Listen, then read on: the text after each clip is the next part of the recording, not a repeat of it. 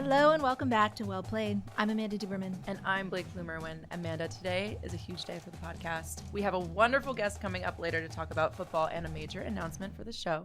So be sure to stick around for that because we have Caroline Hendershot coming up later. Also, I think we have a YouTube channel that people need to subscribe to. Is that right? Oh, we would love that. We would love for you to head to our YouTube and hit soul. subscribe. That would mean the world to us.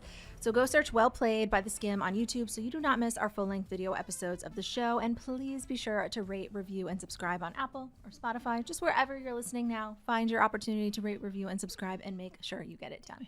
Yes. As always, we begin today's show with our segment. It's a roundup of our favorite stories dominating your feeds this week. It's time for Playing the Field. Let's do it. We begin the Playing the Field segment with a cold case that's been haunting sports journalists, agonizing the gymnastics world, and giving true crime fans something to slobber over. A once celebratory story turned cold-blooded and remains unsolved to this day.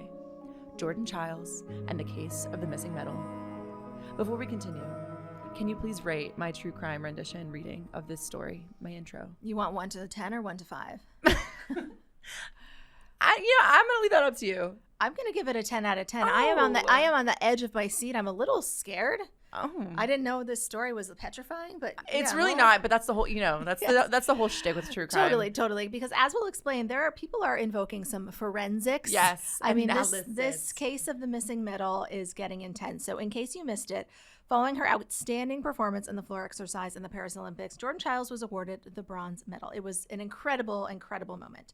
But days later, she was stripped of her medal, and it was given to Romanian gymnast Ana Barbosu. But a new twist was introduced to the story this week, a twist, so big not even an Olympic judge could miss it.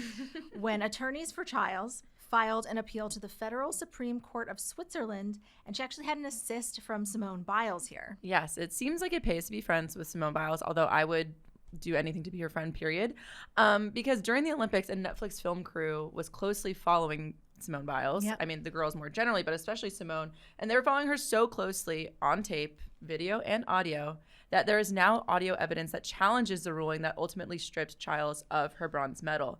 And if you were following the story a few months ago, the Court of Arbitration of Sport said that Chiles' coach didn't submit an inquiry within the required time limit. But the audio evidence, like I said, proving otherwise. Mm-hmm. So what do you think of this story, Amanda? I mean, we talked about this a lot. Like we've basically followed this whole story since we started Well Played. So what do you think? And like many true crime updates, the updates are very incremental. Mm-hmm. They're very frequent. And, as we've said before, Ana Barbosu, she is not the villain here. No. They offered to share bronze. All we want is for Jordan Chiles to be able to keep her bronze medal. But just the dedication with which journalists have literally uncovered forensics to show that this happened the way it did. I mean, the updates, they read like we're in the middle of one of the biggest murder trials in the century, new video evidence uncovered shows, and they're time-stamped. And I love it. I love the modern age. It's just crazy that now with everything being literally filmed 24/7, it's sometimes I get pissed about it. I'm like, we gotta touch grass a little bit. But no, in this case, I'm all here for it. It's also just every time there's new video that shows this was on time, it's just then why did these women even have to go through this to begin with? It's just so many unforced errors at every stage. But love Jordan Chiles, love the U.S. Justice gymnastics. For Jordan. Absolutely. Justice for gymnasts. Please. All the alliteration, please. All right, so our next story in Playing the Field, it involves a team that sounds like they'd rather not take the field at all. So on their way to what would become a Major League Baseball record 120th loss, tying the 120th loss, the Chicago White Sox Twitter account, they refused to even share the final score of their loss to the Angels this past week. So they've lost quite a few games, a historic amount of games, and instead of posting the score to their Twitter accounts, their social media, they posted final, the other team scored more runs than us. Couldn't even say the number. Yeah, the social media managers, the social media team here is just they've had enough with posting the numbers. We can't ask them to. Yeah, days after the account actually tweeted that too, the White Sox tied the record for most losses in the modern era. The modern era, in case you do not know, is from 1900 onwards. Yeah. The last time a team lost 120 games was with the New York Mets in 1962, over 60 years ago. The Beatles haven't yet touched land in America. My mother was born 2 years prior, so it's quite a long time ago. The last time a team lost more than that, Amanda, was in 1899. To put that into perspective, there are many things that were invented after 1899. The modern vacuum cleaner, as escalators, air conditioning, something I know and love, and crayons. Oh my God, crayons. Crayola hadn't even put out their box yet, that box that we know and love. And no one has been this bad, since before crayons. I just want to focus on the social media strategy of it all, especially for you. You are the senior director of multimedia here at the Skimm, which does include social media. Mm-hmm. What do you think about this overly self-aware strategy? I think they're kind of striking the perfect tone. They could take it too far, like if they keep going here. I don't think that anyone wants them to be mocking the team, but I mean, it's probably a tough moment for the White Sox as a brand. Like, there are lots of ways to get people invested in your sports team. The easiest one is winning a lot or consistently improving, such that, okay, this year we almost got to a series. Next year we will.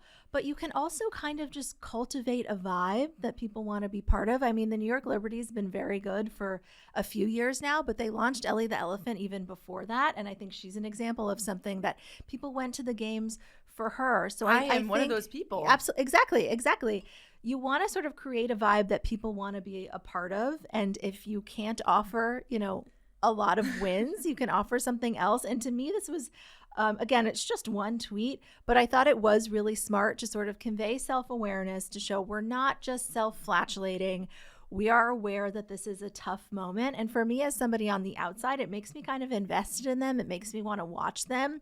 If I were a fan of them, it would make me feel less embarrassed or less bummed about being a fan of them. Because at least they're in on the joke too. Well, they meaning social media. Right. Or they recognize, like, they're not, I mean, between this and I read a lot of interviews with the coaches and the players, and they're very good natures about it. They're not blaming each other openly. They're just like, this sucks.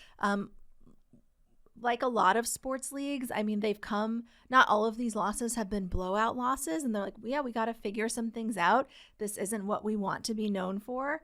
But again, the line is, I think not openly mocking the team or dunking on them. But this little expression of self-awareness, I think for White Sox fans, it sort of gives them permission to, you can be a little bit disappointed. You can be a little bit bummed without having to abandon the team altogether, because we're all aware of this moment. It's not great. Nobody wants it. So I think it was, as the ancient saying goes, give this social media manager a raise. We have another baseball story today. There's one more huge baseball record everyone is talking about. This one in a more positive direction. So LA Dodgers star Shohei Ohtani, he was the first ever baseball player to hit over 50 home runs and steal 50 bases. Historic. First member ever of the 50-50 club. The fan who caught the ball, this is what makes it a playing the field story. This is fascinating to us. The fan who caught the ball was reportedly offered $300,000 by the Dodgers for the ball. But the fan turned it down. That's insane. Some are saying the ball could auction for at least $500,000, but likely even more. There's a chance. So way more than that $300K. The Dodgers were looking for a bargain, and this fan was like, absolutely not. I know what I caught here. Which is so funny, too, because I've heard that, like, when these things happen, it happens freaking fast. Like, these negotiations. So it's like, how do they come up with that number on the spot? You know what I mean? Yeah, that's fascinating. There was a super crazy scramble to retrieve the ball when it went over the wall. I mean, can you imagine letting that ball slip from your grasp? We see these a lot where it's like somebody catches it. It was a little too strong for them. It goes by. Well, also a lot of times somebody catches it and gives it to a kid. Not this time. I'm sure this time they'll be like, kid, I need this money. I got a mortgage. I'm sorry. I'm sorry, little Timmy. I'm going feral over that ball. I'm not an athlete, but I will find my way. Yeah, no, I hope this fan we'll update you in a later show, but I do hope this fan commands more than $300K. That was a wise financial decision. I know we keep saying it, but it's true. It's been a big week for the WNBA and another big week for rookie superstar Caitlin Clark. Last week, the Washington Mystics hosted the Indiana Fever for both teams' final regular season game to set an all-time WNBA attendance record. Do you know how many people were there? It was more than 20,000 people. That is crazy. Okay. And then this past Sunday, Caitlin was named the unanimous Rookie of the Year and a first-team All-WNBA player. On the same day, she made her playoff debut. Yeah. But that's not the milestone we're here to talk about. I mean, the records and stuff, they're great. But what are we getting into? We'll get to that. We're talking dollars and cents today. We want to talk about her rookie card, specifically one very prized copy of the rookie card featuring Caitlin Clark that sold at auction for more than her WNBA rookie salary. Oh quite a bit more when we're talking proportionally to how small these salaries are. Clark's signed Panini card ended with a sale price of $84,000. That is the most ever for a WNBA card, and more than the $76,535 that Clark made this season in the league as the number 1 overall pick in this league's draft. God. I mean, eBay sellers are just like us. They read the headlines. They're tapped into the culture.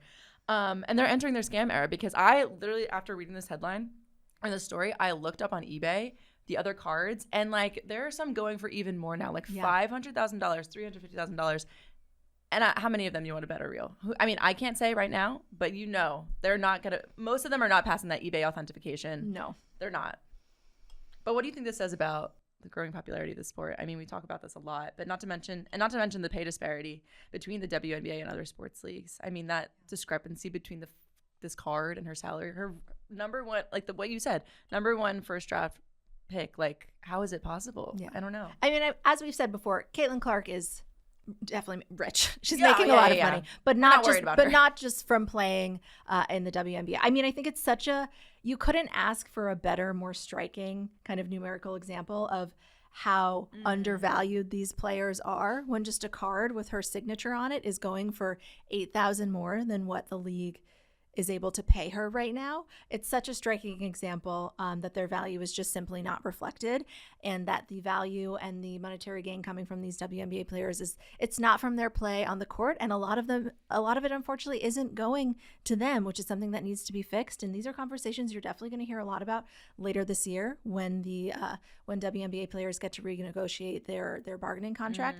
They will very likely opt out. That's happening in about a couple months right after the playoffs. What does that mean? Basically, they're going to say this agreement about how we get paid, we're no longer accepting it. We need to come up with a new way in terms of percent of revenue that the league makes. And historically, the WNBA has said, and they're not entirely wrong, the league, if we only make this much money and we need to retain at least this much for marketing efforts to continue to grow it, we only can afford to pay you all this much. And that goes to salary caps that are just egregiously lower than the NBA. And as we know, nobody is saying that the WNBA makes as much as the NBA. What players are simply saying is that we want to get the same. Kelsey Plum says this a lot. WNBA players, they don't even get the same percent of the revenue share, because a lot more of it is going to the WNBA, and the WNBA says that's because we need this money to continue to grow and promote the league. So they're going to be looking for also next year. I'm not sure if they announced it yet, but there's been some speculation that they are going to play even more games. So this is a headline you might hear come up again in that sense. Like, the value that these players have on the market is much higher than the league is paying them. And that's not going to be acceptable to them anymore. I'm excited to watch that story unfold. Absolutely. And of course, as long as we're talking about the WNBA, we have to talk about the playoffs. They started on Sunday. All of the top seeded teams, they won. The way that these work is that the first seeded team plays the 8th seeded. That was New York and Atlanta. New York triumphed over Atlanta. But a lot of people are watching these series closely because there's only 144 players in this league. They're all very, very good. The distance between the worst team, in this case, the 8th seed team, and the first team, it's not always that big. I mean, the Atlanta Dream got to the playoffs by beating the New York Liberty. So we're recording on Tuesday, and there are more games tonight. This is a really quick series. The first round, it's best 2 out of 3. So if those top seeded teams win again today and tomorrow, then they're on to the next. And this series, it's stressful. It's been stressful. Are you going to be watching the game tonight with Liberty? Yes, absolutely. And again, I really want a parade in Brooklyn. We're looking really, really good. And of course, as we're discussing the WNBA, as we mentioned, Caitlin Clark, AP Rookie of the Year, and as it was widely anticipated, A'ja Wilson was named the WNBA MVP. I think that was. People knew that was likely going to be happening. If it didn't, there was going to be a mutiny, probably from everybody, including whoever won second place, which I think was Nafisa Collier. But this was also unanimous, which is extremely rare. Again, people were anticipating that. People were like, if you don't all vote her as MVP, there's an issue. There's something wrong with your eyes. You need to get them checked along with those Olympic judges. But incredible moment for A'ja Wilson. She deserves it. She's had an unbelievable season. I heard it was her third time winning MVP. Yeah, 2020, 2022, and 2024. She is and so that's very young rare. too. My goodness, three-peat. Yeah, and I think Caitlin Clark was like 4th or something, which for a rookie is pretty unreal. So as we've said many, many times, an absolutely historic season. And I think we're all on the same page, and our listeners, that we hope to see that value reflected.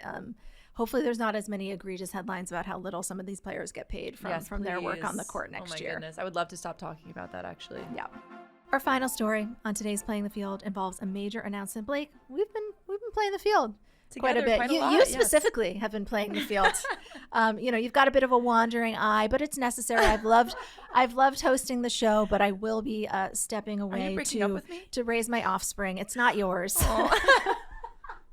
So we need somebody to take this seat, and we have been hard at work, and we have found the absolute perfect person. So when we return, we're going to introduce you to our own perfect match. She is a host and reporter for the New York Jets, and starting next week, the co-host of the Well Played podcast. She is absolutely in a league of her own, and we can't wait for you to meet her. So don't go anywhere. We are so excited to finally be joined by the new co-host of Well Played, Caroline Hendershot. She is joining us virtually, but Caroline, we're so excited to have you. Oh my gosh, so excited to be here. Thank you guys so much. We've been working on this behind the scenes. It's been a long time coming. Yeah, you guys didn't even know. We are thrilled. We are thrilled to have you. Of course, Caroline, we have many, many football questions to ask you in today's Tuesday morning quarterbacking segment. But before we get to that, we'd love for you to just kind of tell the audience a little bit about yourself. How did you get into sports journalism? Were you a sports girly? Are you a sports girly? Tell us what your job entails, all of it. So from the jump, those kids in class that always come home with the report cards that are like, really good student, but talks too much. Yes. That was me to a T. So you're in the perfect place. I always got scolded a little bit for being too chatty growing up. But it pays off because now I talk for a living. Yes. But no, always a sports fan, always an active sport player. So I played every sport under the moon growing up. My dad played football at the Naval Academy. My mom played field hockey in college. All my siblings played sports in college. So It was kind of the norm in my family to just play sports. Mm-hmm. So I was like, okay, didn't know anything else. So grew up in Connecticut, but ended up going to row at the University of Michigan for 4 years, which doesn't make a lot of sense because a water sport in one of the coldest states where all the water is frozen for choices were made. Yeah. Mm-hmm, yeah. But wouldn't change a thing because I bleed blue. So I'm sure prepared you for those super warm January, February games in New Jersey on the sidelines. You have no idea. I didn't know that I was preparing myself for that, but apparently I was all along. It's also, I'm very jealous of you for having gone to the University of Michigan because I went to a Big Ten school. However, I went to Rutgers, and nobody was really showing up and showing out for our football team quite the way that University of Michigan fans are. So very jealous of you right now. Yeah, the Big House is very special, but I mean, hey, I'm a lover of all Big Ten. So if anyone in the Big Ten wins, as long as they're not beating Michigan, I'm okay. So that's it. But then after Michigan, I came back to the East Coast. I worked a little bit at ESPN behind the scenes doing some production. And then I got to my current job, which is a team reporter for the New York Jets. So I am very engrossed in football, but a lover of all sports. So cool. And, I think we definitely want to hear more from you about kind of what it's like to be a woman in the industry. And we actually have a story in today's segment where we'll get to that a little bit. So should we jump right into Tuesday Morning Quarterback? Let's jump right in. So we have a lot of football drama to discuss this week. Thank God Caroline's here because we are all dying to hear her perspective on it. But let's start with the story from the Dallas Cowboys. So the Cowboys lost a frustrating game at home to the Ravens on Sunday, and star receiver CeeDee Lamb was spotted in a heated exchange with his quarterback, Dak Prescott. This felt personal to me. My story this week is that my fantasy team does contain CeeDee Lamb, and my opponent at the Skim, Sarah, has Dak Prescott as the quarterback on her team. Beef, yeah. So I'm just I feel like we might have manifested this unintentionally. I feel personally responsible for this story. But Caroline, how common is it for guys to be seen not beefing, maybe I won't even say that, but just to be venting on the sidelines, quite like we saw with CeeDee Lamb and Dak Prescott? And what do you think Lamb was actually saying? So these are some of the most highly competitive guys you will ever meet, right? Some of the nicest players I have ever talked to are completely different on the field. That switch just really flips on the field, which makes them able to compete at this high level. So I don't know exactly what quarter this happened in, but they were losing 21-6 at halftime. If I was losing 21-6 at halftime, I would be that angry. Yeah. So I get it. It totally makes sense. But I think this is a lot more common than people believe, because it usually just one of them gets spotted in a weekend and kind of blown up on a broadcast, and then it picks up steam on social media and all of that. So I would say there's really no worry between the two of them. I'm sure as just two competitive people, they were hashing some things out. And I mean, you could even take last week for an example between Max Crosby on the Raiders and their quarterback, Gardner Minshew. He was like getting in his face and like pointing at his chest. Yeah. And it could have been interpreted as bad, but it was actually him like really pumping up the quarterback and telling him like, don't sweat the interception. You got this. So, you know, it's hard with the body language to always tell. This one did look heated, but I mean, I think it's just kind of that heat of the moment, kind of competitive energy coming out. I know whenever I see these, I immediately go to TikTok and find my lip readers. Do you ever go to them? Was this a home game? It was a home game. It was a home game. And so like, that's why I think that added to it. Even some of the fans were booing, which we'll sort of get to. I don't know. I feel like, to me, there's nothing a good performance of Thunderstruck wouldn't heal in me. Like, right? Those Dallas Cowboy cheerleaders. Absolutely. So Dak Prescott was also filmed heading to the locker room after the loss, and seemed to tell bandwagon fans to jump off if you want. You know, there were some fans that were booing their team, that were hometown fans. What does that mean? What do players mean when they say that? How should people interpret that? What vibes did you get from that? So I think this is actually pretty common too. I've heard this a bunch, like not just in football, but in sports in general. Like, it's essentially, if you don't love me at my worst, I don't want you to love me at my best, which I wholeheartedly agree with. I'm on that same train as Dak. So I think he was, you know, kind of frustrated in not only maybe the way that the Cowboys played, but also just that support. You know, when you're a fan, you're supposed to be loyal. Obviously, you can be frustrated because you love the game, you love the team. But, you know, that loyalty aspect, I think that they really take that personally. So he was like, listen, if you don't love us when we're struggling, I don't want you to love us. You gotta be my ride or die. Exactly. Yeah, like we talked about in the earlier segment. I mean, the White Sox fans, they're out there. They are out there.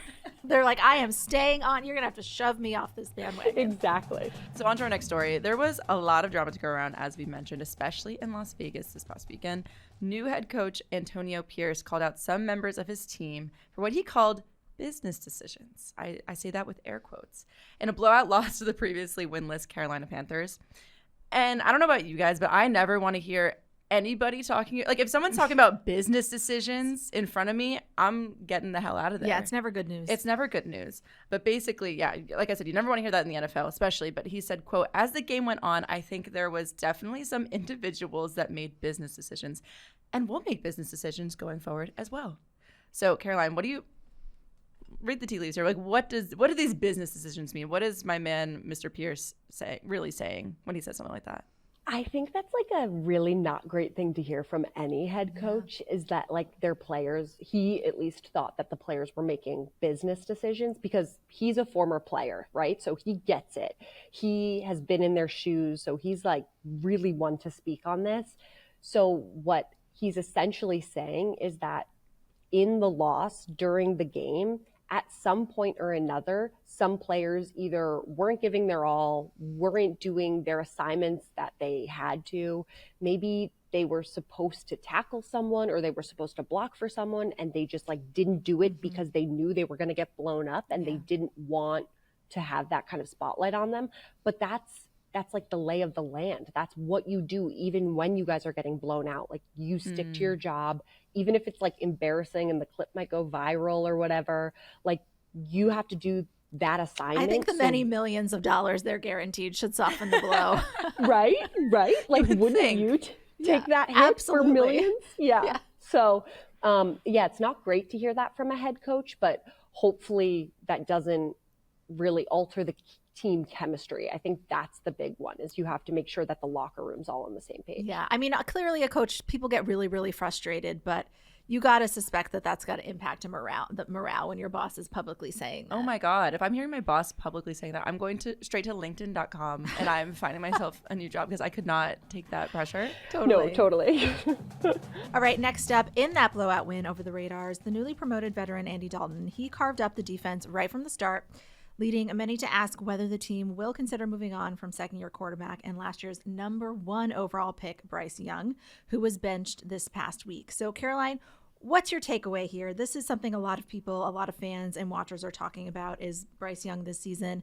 What is your perspective when you see a 36-year-old quarterback come in and make that offense look so much more potent overnight? And be careful because I am 35 and a half. Okay, here's the thing. I am not surprised that Andy Dalton had a good game. First of all, people forget that he's a 3-time Pro Bowler. I know it's been a minute since he went to the Pro Bowl. But it happened. But it happened 3 times. 3 times. So I think that we have to remember that he is a really good quarterback. Yeah. And also, you have all of that experience.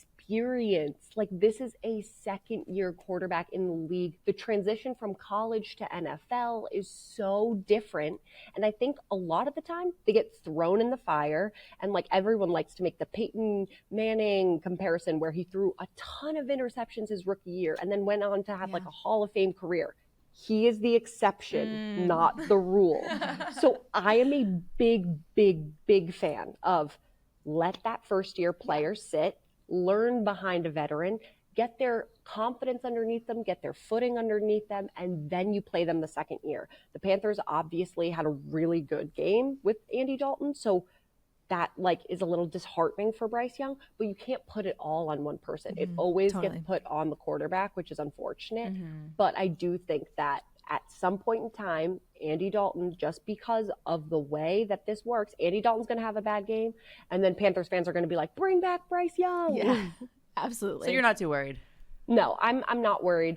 I do think that he will either be given another chance, whether it's through the Panthers or whether it's through another team. But I do think he deserves that second chance at least. So there was tons of material from this Panthers-Raiders game over the weekend. This weekend's Panthers-Raiders game was notable for more than just the drama it generated that we've already discussed. The game also marked a milestone for women and executives in the NFL. It marked the first time that 2 female presidents have ever gone head-to-head in a professional debut. So Carolina Panthers president, her name's Christy Coleman, and Las Vegas Raiders president Sandra Douglas Morgan, they are the only 2 women serving as team presidents in the league. Caroline, curious, what do you think this milestone says about progress for women in sports, especially in high-profile positions in the front office? You're a woman in the industry. What does this sort of moment signify to you? And what do you think what do you think the future looks like for women in the league, especially in the front office? Well, both of them have held their positions since 2022. Yeah. So they've kind of had this time to really establish themselves. But I just think having a game where it's noted that the 2 presidents of the team are women, and that's the first time it's ever happened, and it's 2024, almost 2025, is so amazing. Like, there's obviously so many women in the NFL that continue to break barriers, whether it's like Sarah Thomas, the first NFL female referee who reffed the Super Bowl. So like there's so many different aspects, right? I think a lot of the time people stereotype different job positions, like gender them, being like, oh, that's more female, oh, that's more male. So to see 2 women be the president of organizations, to go head to head against each other, to be like this big of a game too. Like, I think that it got a lot of attention because of the actual result of the game. It's just so exciting. And I think it gives a lot of hope, not only to women in the NFL, but also to girls who are watching and realizing like, oh, I could be president of a sports team because these ladies are. So really anything is possible. Totally. Yeah. I mean, normally, like you said, it's like, I'm sure typically you're sorry, oh, I can be in the PR department or I can be in the branding department. But to see women take over these positions that are, I mean, next step, coach, is that crazy? No, head coach. No, it's not. There are some like female coaches, whether they're like assistants or they're specific like D-line or O-line coaches. There are in the NFL right now. And so you would hope that they continue to climb the ladder and maybe get to a coordinator position, or maybe one day there is a head coach. Like, who knows? Yeah, maybe you think like next 5 to 10 years, we could see that? I would love if it was the next 5 to 10 years. That would be amazing. That would be epic. Yeah.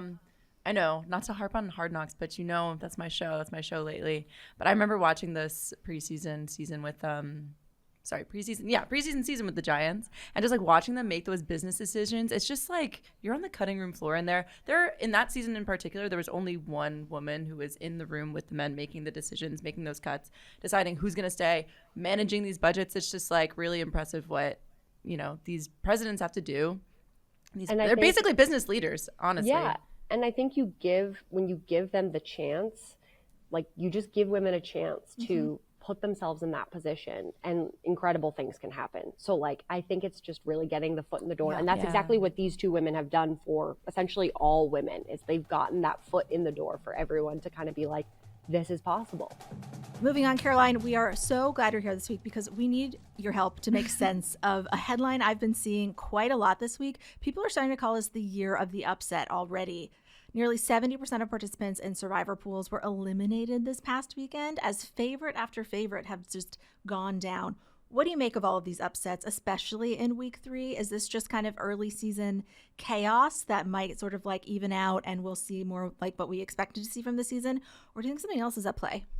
I do have to preface, one of those survivor pool losers was my own mother, who was very upset. She was very mad that she lost this week. So it's a touchy subject to bring up to her. But I would say it's a little bit of both, right? Like in the early weeks of the NFL, like probably weeks like 1 through 4, 1 through 5 maybe, teams are still figuring out kind of their offense, their defense, figuring out the scheme, figuring out how they gel with each other. Sometimes there's a lot of new people on the team. Sometimes they almost retain everyone and they only add a couple different players, but still, I think every former player talks about how hard it is to get to the Super Bowl, right? Because it's just a long season, anything can happen.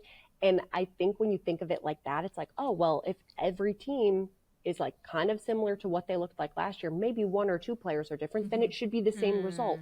Wrong. Like it's never the same result. And that's kind of the beauty of the NFL, because like it's so unpredictable. You can have the worst team in the league with the worst record go up against the best team in the league and they just play lights out, right? So it's just like you really can't predict it. But I kind of love the upsets. It makes it so much more fun to watch because you're not just watching the same team kind of steamroll everyone. Even the teams that have gone 3-0, I would say, have had some close games. So it's kind of like, oh, maybe they're not as good as they were last year. Maybe they're still figuring things out. Or maybe this team that kind of held them to very little points is actually really good. So it's really exciting to see. And I love the underdog. Yeah, absolutely. Do you think it's also a sign that maybe sort of like the gulf in quality between the worst team and the best team just year after year tends to close? Totally. I like 100% because I think that like it's so hard to even get to the NFL. Yes, right. And people don't realize that, right? Because it's just like, oh, obviously, like you're really good in college, you go to the NFL. Like that's not true either. You could be really good in college and still not make the cut. It's still a very small percentage of amazing football players. Right. You could be on the practice squad and like that is even a hard feat. So I think that when you look at the NFL across the board and you're like, oh, that team is terrible. Like in reality, they're not terrible. They're really good. It's just like you're stacked up against different types of teams that have maybe had more time to gel together, or maybe have a superstar wide receiver or have a superstar quarterback, or like different aspects like that. So it's kind of hard to play that comparison game all the time. And I do think that the discrepancy between first and last is just a lot smaller than people realize. Also want to get some final analysis from you on those first couple weeks of the NFL season. Chiefs and Bills 3-0. What do you make of that?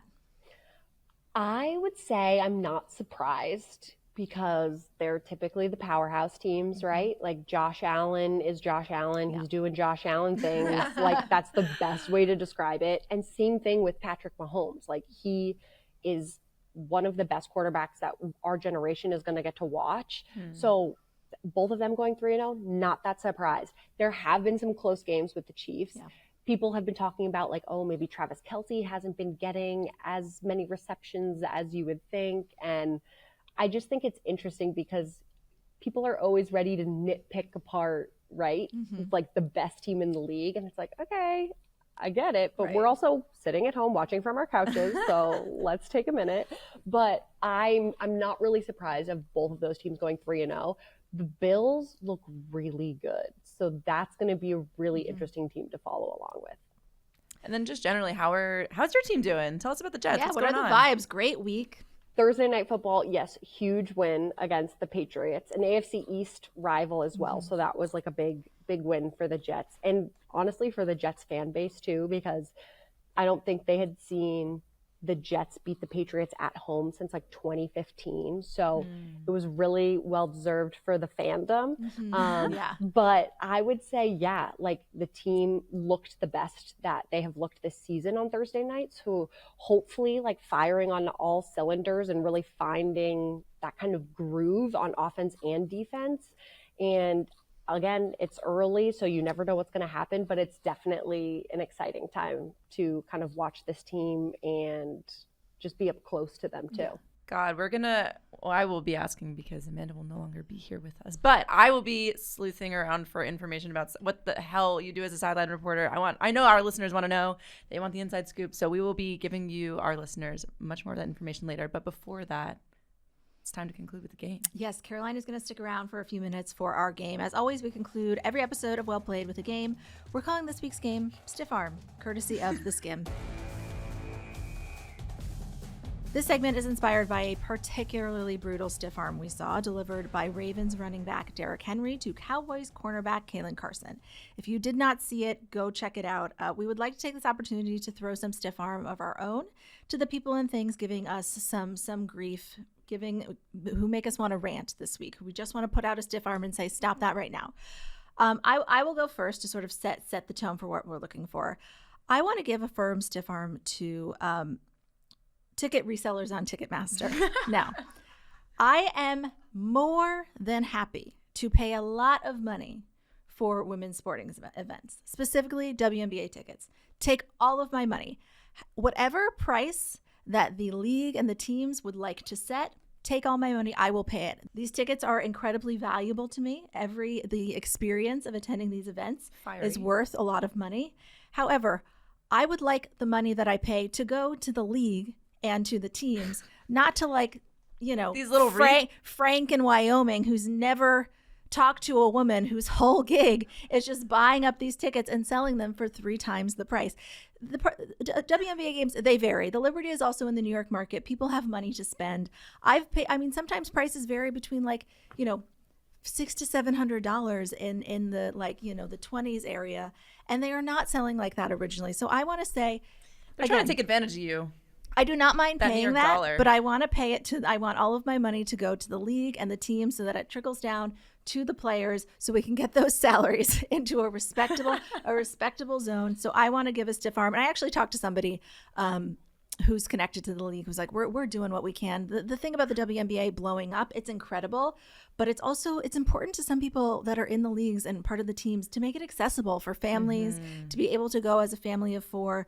So yeah, I want to give a stiff arm to those resellers. Ticketmaster, get it under control.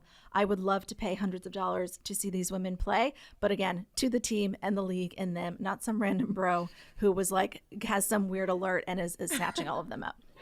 Amanda, this is giving like Taylor Swift 2.0, yes. And it's so Ticketmaster accurate. is the villain of. No, they are the villain. They're actually the number one enemy right now for everyone. So it's just like it's not even it's not just sports. We need to figure something out with this. That's the only guy. thing me and Taylor Swift have in common from a financial point of view is our ire with Ticketmaster. Blake, you ready to go? I'm still okay. I hate to bring up last week's episode, in which if you listened far enough into the episode, it was pretty deep, but if you made it that far, congratulations.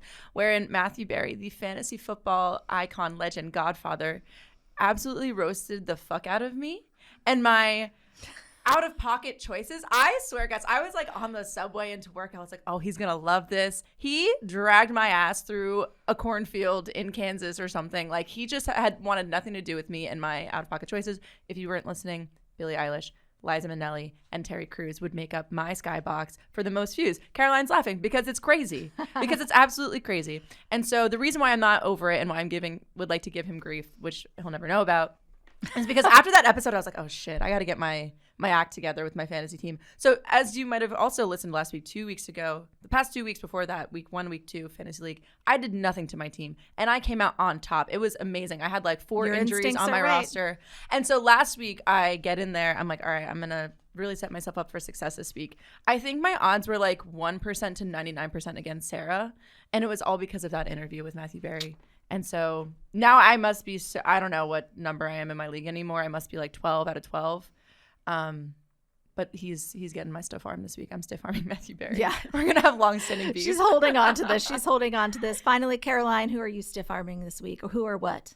Blake is scarred. So I would say, Blake, trust your gut, because clearly something was working. Yes. So go with the gut. We will see Liza Minnelli at the Super Bowl this year. Yes, we will. I am going to say, and this might sound crazy to some people, but I'm going to stiff arm. This is a personal gripe of mine. Perfect. 2 games in prime time on Monday Night Football. I know it sounds crazy because everyone's like, well, what about Sundays? You have like 18 different games going on, blah, blah, blah, blah, blah. It's different. Prime time is a prime time slot. It should be like the main show, the main event. There should be one thing that you're focusing on. It should be a really competitive game. Like having 2 different games. First of all, there's no red zone, so it's not like you're actually getting updates on the other games as they're happening. The best you can do, I have YouTube TV, so I watch in like that split screen. Yep. But you can only listen to one game at a time. So I'm watching one game, listening to the other game. I have no idea what's happening. First of all, I like to concentrate on one thing at a time because, as my fiance says, I'm a terrible multitasker. Yeah. So I personally just like one show in prime time. It would be like going to a Taylor Swift concert and there being like a side gig going on at the same time. Yeah. Like what? No. It's also like Monday night. Like I'm just trying to ease into my week. Right. Give me one thing to focus on. It's a lot of chaos for Monday night. Right. That's like too Thursday much. night never does it. Sunday night never does it. They have the main event, like the big time thing that you want to spend all of your time, focus, energy on. And then Monday you're throwing me too. I'm like, I can't handle that. I just can't do that, especially on a Monday. No, not a Monday, please God. No, it's rude. It's too much. Yeah, it's rude. It is. Beautiful stiff arming team. We did it. Okay, so that's it for us sending out our stiff arms. Frankly, my arm is too stiff right now. It's going to like break off. But that's it for this episode of Well Played. And thank you, Caroline, so much for joining us. We can't wait to have you back next week. Yes, listeners will obviously hear you back next week and moving forward. But where else can people follow you, see your sideline reporting? Because you're very visible for the team and you're doing a ton. And busy. Yeah, absolutely. Where else can people find you? Booked and busy. Especially on Monday nights. Oh my gosh, especially on Monday nights. You can find me at CG Hendy on all of my socials. You can also find a lot of our content on YouTube and on the Jets website. But also, if you are watching a football game, I'm sometimes on the sideline dodging some throws or some rogue players that are like rolling off the sidelines. So that's always a fun little can you spot Caroline running for her life game. Totally. And I can tell from your footage, like you're like in Aaron Rodgers' face. You're the one getting the content. You are right there. I have a front row seat to a lot of. Are you just sort of like, don't accidentally trip him. Don't accidentally trip him. Stay back far enough. Get the shot, but don't trip him. I'm also thinking in my head most of the time, like, don't you actually trip? Because like, oh my God, how embarrassing. You're just like watching a football game and then you see a girl on the sidelines completely eat it. I'm like, oh my God. Those are the best moments though. That's what gets people talking. Please don't go viral. Please don't go viral. That is like, that's for the wrong reason. For the wrong reason. Right. So yeah, I mean, next week, like we said, listeners, it'll just be Caroline and I. Amanda, you will be missed. It's been a pleasure co-hosting with you since the Olympics, but you'll be back before the WNBA I mean, playoffs. as listeners know, I can't shut up about the WNBA. For all of the prolonged WNBA segments you hear, our producer has to cut about 5 to 8 minutes off anyway. So, I personally love it. I could listen to you talk about the WNBA all day long. Thank you. I'll be back in. I will definitely be checking in. Be sure to rate, review, and follow our show on Apple, Spotify, or wherever you're listening to right now. And follow us on Instagram at The Skim. And be sure to check out the Well Played YouTube channel because, as you know, we drop full-length episodes every Tuesday. Until next time, thanks for listening to Well Played, the only podcast in a league of its own.